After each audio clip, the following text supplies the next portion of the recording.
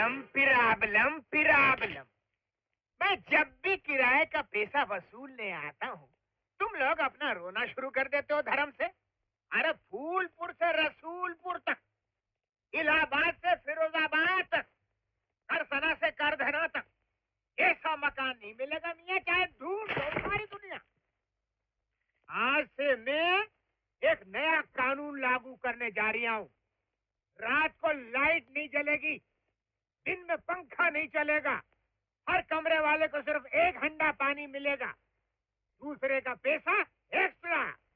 अरे तुम्हारा काम धंधा चले नहीं चले, मेरा पैसा टाइम पे मिले।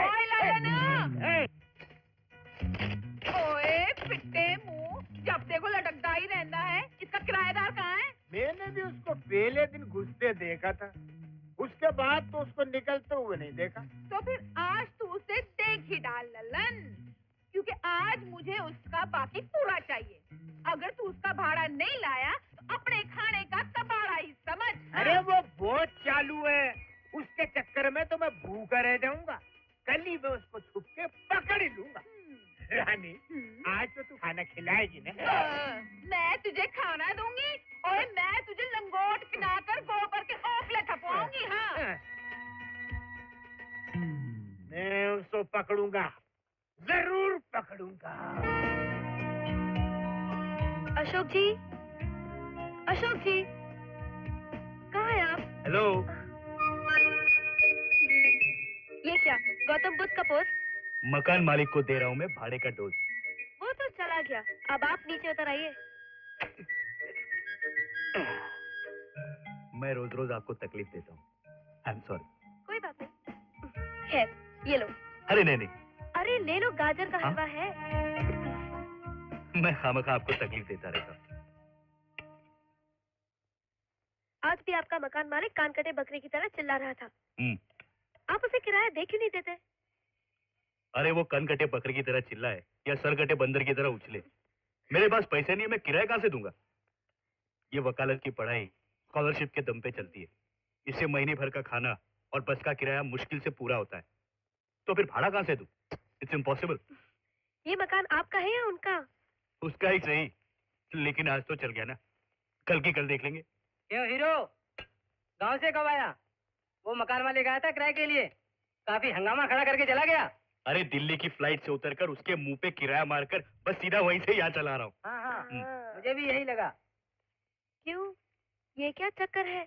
आपने उसे झूठ क्यों बोला? अरे जैसा उसने पूछा मैंने वैसा ही जवाब दे दिया। अरे एक चीज तो मैं भूल ही गया। क्या? मैंने लाइब्रेरी की फीस नहीं भरी। आपने अब तक लाइब्रेरी की फीस ही नहीं भरी है? कोई बात नहीं, कल आखिरी दिन है, बाद में फाइन के साथ भर दूंगा। 120 रुपए कम रकम नहीं है। ये लो। नहीं। अरे ले लो। नहीं, मैं ऐसा नहीं कर सकता। नहीं? नहीं, मैं इसे नहीं ले सकता। तो ठीक है। मैं इसे ले लेता। अरे मिल गया, मिल गया, मिल गया। लालन जी वो लड़की, तू बीच में मत बोल। क्यों मियाँ, जब से मकान किराए पे लिया है उसके बाद आज देख रही हूँ शक्ल। हाय हाय हाय, क्या खा खा के कुप्पा हुए जा रही हो भाई, थोड़ा हमको भी दो। खिला दो। अरे वाह, अबे तो हलवा नहीं खिला सकता, वो किराया क्या देगा? लेकिन आज मैं लेने नहीं, बताने आया हूँ कि कल सुबह 9 बजे तक अगर तूने किराए के पैसे नहीं चुकाए तो मैं तुझे अपनी खुदकुशी का जिम्मेदार ठहरा कर जेब में चिट्ठी डालकर ट्रेन के नीचे कट मारूंगा। तो खेलते तू जरूर मरेगा, क्योंकि इसने तो कभी किराए के पैसे देने हैं नहीं, लेकिन मरने से पहले मुझे मेरा हिसाब किताब समझा के मरना, नहीं तो सबको झेलते झेलते मेरा तो दम ही निकल जाना है। ऐसा नहीं करना। ओए मर जाने, फुलेल की मार खाए कौवे की तरह मेरा मुंह क्या देख रहा है? चल कार चल, बैग का दूध निकाल। अरे चल रही हूँ। अरे सवेरे 9 बजे, सवेरे 9 बजे याद रखियो। उसके बाद क्या हुआ बता ना। अरे यार कोर्ट का टाइम हो गया, गुरुजी हम लोगों का वेट कर रहे होंगे, चलो। हाँ चलो चलो चलो। बिल्डिंग इंडिया में बनवाता है और चाहता है कि उसकी नींव मैं अमेरिका तक डालूं। इतने कंकड़ और पत्थर क्या मैं चोरी करके लाऊं? सर, सर, वो फर्जी हॉस्टल जो हमने कभी बनवाया ही नहीं, उस हॉस्टल के फाइल की इंक्वायरी अब शुरू हो गई है। होम मिनिस्टर के सेक्रेटरी ने मुझे अभी अभी बताया। अपना माथा पीट, पीट अपना माथा। तुझे क्या लगता है कि मैं मर गया हूं? इंक्वायरी ऑफिसर के आने से क्या होगा? दांत उखाड़ लेगा क्या?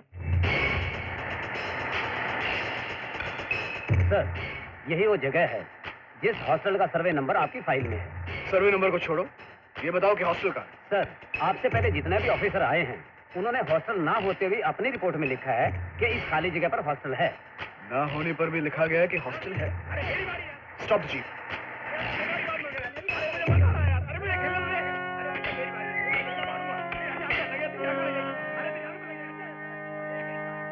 मुझसे मजाक कर रहे हो? तुम्हारा मतलब है कि इतने दिनों तक बगैर हॉस्टल बनाए हुए दुनिया को बताते रहे कि हॉस्टल बना हुआ है? It's impossible. आप अपनी आंखों से देख तो रहे हैं सर। हे, इधर आओ।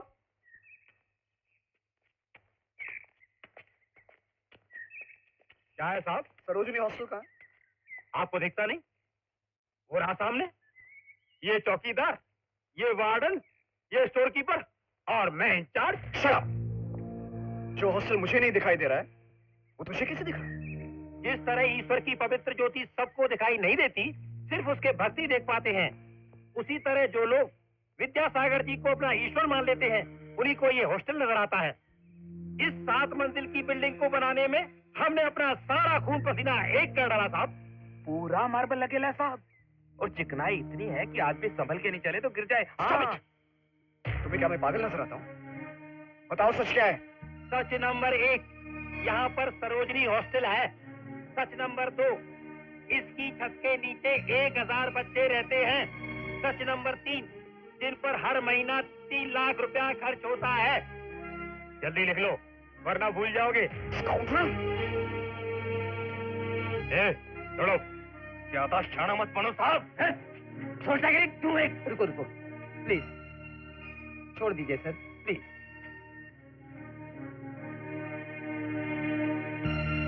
हमने जो बोला है वही लिखना, समझे? हाँ। चलो।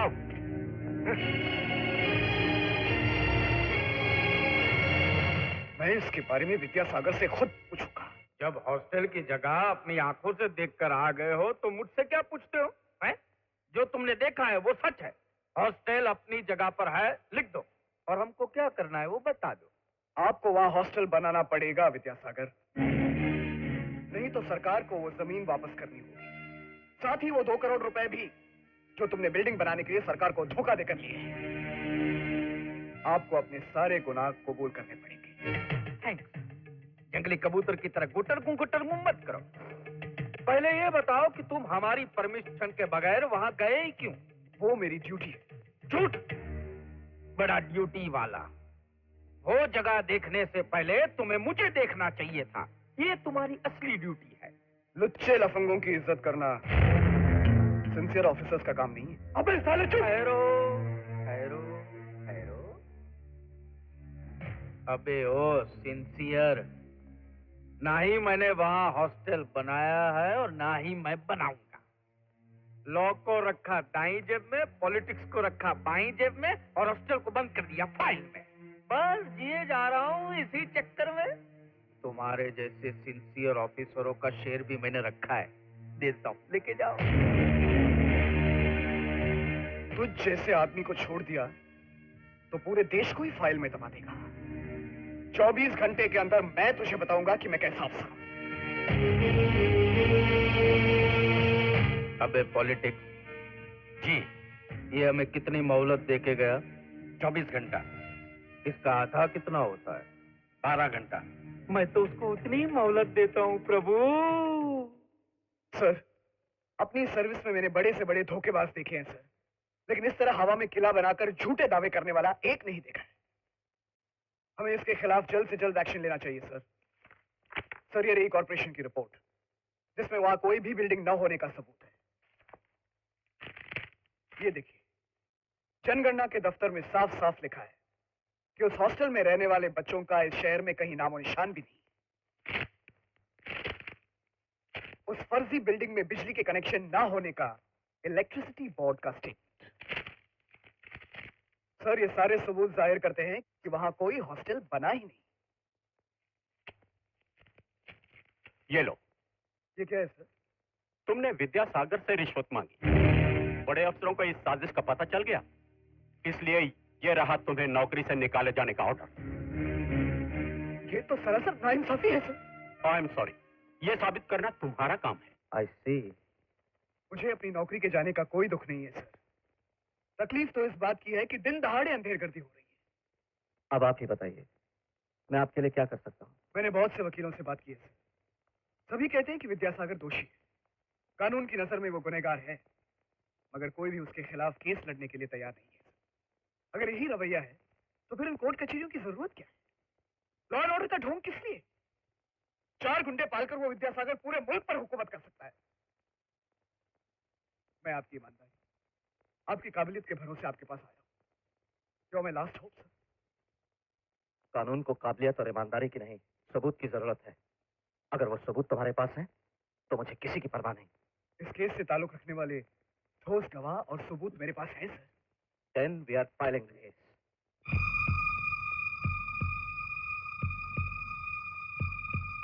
Well, now we all know the details of the case.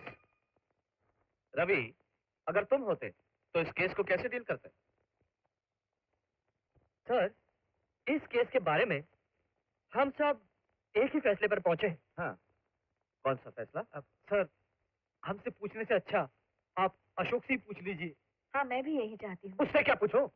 उससे पूछूंगा तो एक ही जवाब मिलेगा कि विद्यासागर के जिस्म के टुकड़े टुकड़े कर दो। अगर आप मेरी बात माने तो उसका सोल्यूशन यही है, लेकिन आप तो मेरी बात मानेंगे नहीं, इसलिए एक छोटा सा आइडिया। क्या है? सरोजिनी हॉस्टल की बिल्डिंग जो बनवाई नहीं गई, लेकिन दावा है कि बनवाई गई है, कह दीजिए कि गिर गई, और उसमें रहने वाले 200 अनाथ बच्चों की मौत हो गई। बस इस बात का मुकदमा विद्यासागर पर फाइल कर दीजिए। मगर जो बिल्डिंग बनी ही नहीं वो गिरेगी कैसे? बनाई नहीं इसलिए गिर गई। जो बिल्डिंग बनी ही नहीं उसके गिरने का मुकदमा तुम किस सेक्शन के अंडर फाइल करोगे? विद्यासागर भी यही पूछेगा और अपने ही जाल में फंस जाएगा।